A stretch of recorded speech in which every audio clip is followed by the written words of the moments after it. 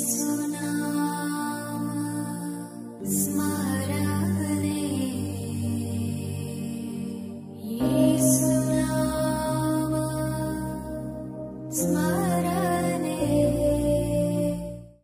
The lord. యేసునామ స్మరణ అనే ఉదయకాల కార్యక్రమానికి మీ అందరికీ ఆహ్వానం అండి. బాగున్నారా? ఈ ఉదయకాలం ఎలాగున్నారు? చక్కటి వాగ్దానంతో దేవాది దేవుడు మన ముందున్నాడు. ఆ వాగ్దానం ఏంటో విందాం. 1 యోహాను పత్రిక 1వ అధ్యాయము 9వ వచనము. మన పాపములను మనము ఒప్పుకొనిన ఎడల ఆయన నమ్మదగిన వాడును నీతిమంతుడును కనుక ఆయన మన పాపములను క్షమించి సమస్త దుర్నీతి నుండి మనలను పవిత్రులుగా చేయను. ఈ లోకంలో నాస్తికులు అనుకుంటా ఉంటారంట, వారికి ఒక వాదన ఉంది. ఈ లోకంలో మనం ఎవ్వరము పవిత్రులుగా ఉండలేము అని అనుకుంటూ ఉంటారు. ఇంకా కొంతమంది అయితే బాహ్య శుద్ధీకరణ కొరకు, బాహ్య పవిత్రత కొరకు ప్రయాసపడతా ఉంటారు. మన ఇంట్లో మనం వేసుకున్న బట్టలు కొంచెము మురికి అంటితే, కొంచెము మరక అంటుకుంటే మనము ఆ బట్టలను ఉతుక్కుంటూ ఉంటారు. రెండు సర్ఫ్ వేసుకొని బాగా ఉతుక్కుంటూ ఉంటాం. కానీ మన ఆత్మీయంగా మనము పరిశుద్ధంగా ఉన్నామా లేదా అని మనం పరీక్షిస్తే, అపవిత్రత ఉన్నట్లయితే మనకు భవిష్యత్తు ఉండదు. పరిశుద్ధంగా జీవించినట్లయితే పరిశుద్ధమైన దేవుడు మనతో పాటు నడుస్తూ ఉంటాడు. అందుని బట్టి ఈ వాక్యం దేవుడు చెప్తా ఉంటున్నాడు. ఇంకా కొంతమంది మనం చూస్తూ ఉంటాం, బాహ్య పరిశుద్ధత కొరకు మరి తోమిందే తోముతూ, కడిగిందే కడుగుతూ వారు టైం అంతా వేస్ట్ చేస్తూ ఉంటారు.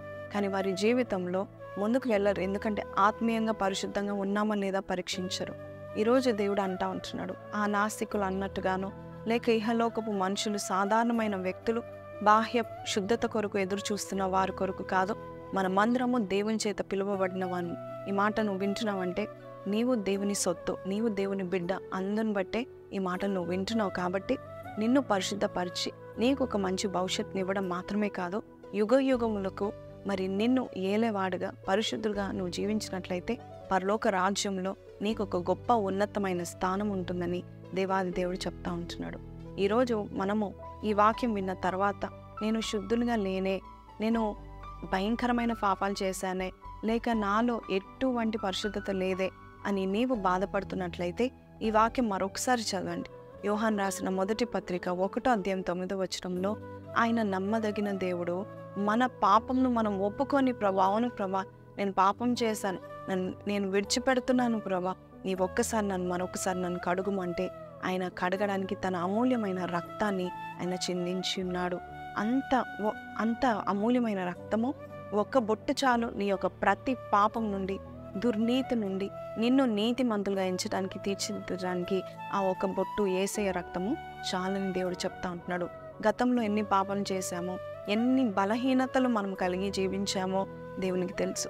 ఈరోజు నీవు అది ఒప్పుకొని జీవించినట్లయితే నిన్ను నీతిమంతులుగా దేవుడు తీర్చిదిద్దుతూ ఉంటాడు. మన జీవితంలో నీతిమంతులుగా ఉంటేనే సమస్త విధములైన ఆశీర్వాదాలు పొందుకుంటామండి. నీతిమంతులుగా జీవించే వారికి ఏ మేలు కొదువై ఉండదు. సో అన్ని మేలు పొందుకుంటూ ఉంటారు. సో అందుని బట్టి దేవుడు నిన్ను నీతిమంతులుగా తీర్చిదిద్దడానికి ఇష్టపడతా ఉంటున్నాడు. దేవుడు మనల్ని పిలుస్తూ ఉంటున్నాడు. తన మందను, తన గొర్రెలను పిలుస్తూ ఉంటున్నాడు. గొర్రెలకు బురదలో దొరలాడడము ఇష్టం ఉండదు, పందులకు ఎంతో ఇష్టం అంట. గొర్రెలకు కొంచెము బురద అంటినా, మురికి అంటినా తుడుచుకోవడానికి చాలా ప్రయత్నం చేస్తూ ఉంటారంట. వారు అక్కడిక్కడ తుడుచుకోవడానికి ప్రయత్నం చేస్తూ ఉంటారు. వారి వల్ల కాకపోతే కాపరి దగ్గరకు వస్తూ ఉంటాయి అంట. నిజమే, మనం కూడా అంతే. మన కాపరి దగ్గర మనం వెళ్దాము, ఆయన మనల్ని పరిశుద్ధపరిచి మనల్ని నీతిమంతులుగా ఎంచి, నీతిమంతులు కలిగిన స్వాస్థ్యము, భాగ్యము, నీతిమంతులు కలిగిన సంపద, మేలు నీకు దయచేస్తానని దేవుడు ఈరోజు ఇష్టపడుతూ ఈ వాగ్దానం చెప్తా ఉంటున్నాడు. నాకైతే ఈ వాగ్దానం చాలా సంతోషపరుస్తూ ఉంది. కాబట్టి మనందరికీ యేసే రక్తం ఉంది. నాస్తికుల వల్లే మనం ఉండకూడదు, మనం పాపులము, మన వల్ల మనం పరిశుద్ధంగా ఉండలేము అనుకోకండి. మీరు పరిశుద్ధులుగా ఉంటారు. ఎందుకంటే ఆయన నిన్ను పరిశుద్ధంగా చేయబోతున్నాడు. ఆయన రక్తంతో నిన్ను కడిగి ఉన్నాడు. కాబట్టి నేను పరిశుద్ధంగా లేను అనుకోకండి. పరిశుద్ధంగా జీవించి ఆ యొక్క రక్తం యొక్క విలువను తెలుసుకొని ప్రార్థన చేయండి, ఒప్పుకోండి. ఖచ్చితంగా మీ పాపాలని తుడిచివేయడానికి, క్లీన్ చిట్ ఇవ్వడానికి, కొత్త రికార్డ్ స్టార్ట్ చేయడానికి దేవుడు సిద్ధంగా ఉన్నాడు. కళ్ళు మూసుకున్నట్లయితే ప్రార్థన చేద్దాం. పరిశుద్ధుడా, మహోన్నతుడగు తండ్రి, మా ప్రతి పాపములను కడిగి వేయడానికి నీవు ఇష్టపడుతున్న దేవా, నీకే వందనాలనైనా. మా సమస్త దుర్నీతి నుండి, పాప దోషం నుండి, శాపం నుండి మమ్మల్ని విడిపించడానికి నీ అమూల్యమైన రక్తాన్ని చిందించినందుకు నీకు వందనాలు. ఒప్పుకుంటే చాలు, నీవు నీ పాపం నుండి నేను కడిగివేస్తాను అని దేవాది దేవుడైన నీవు నాకు చెప్తున్న విధానం బట్టి నీకు వందనాలు. ప్రతి ఒక్కరు కూడా ఎవరైతే వారి వారి పాపాలు ఈ సమయంలో ఒప్పుకుంటున్నారో ఆ పాపాలన్నిటికీ కలిగిన ప్రతి ఫలంను కొట్టివేయండి నాయన ప్రభా తండ్రి. నష్టాన్ని తెచ్చి పెడుతుంటే ఆ నష్టాన్ని కొట్టివేయండి నాయన. ప్రతి బిడ్డ జీవితంలో నీవు అడుగు పెట్టి వారి జీవితాన్ని పరిశుద్ధపరిచి భవిష్యత్తులోనికి నడిపిస్తావని యేసు పరిశుద్ధ నామములో అడిగి వేడుకుంటున్నాం తండ్రి.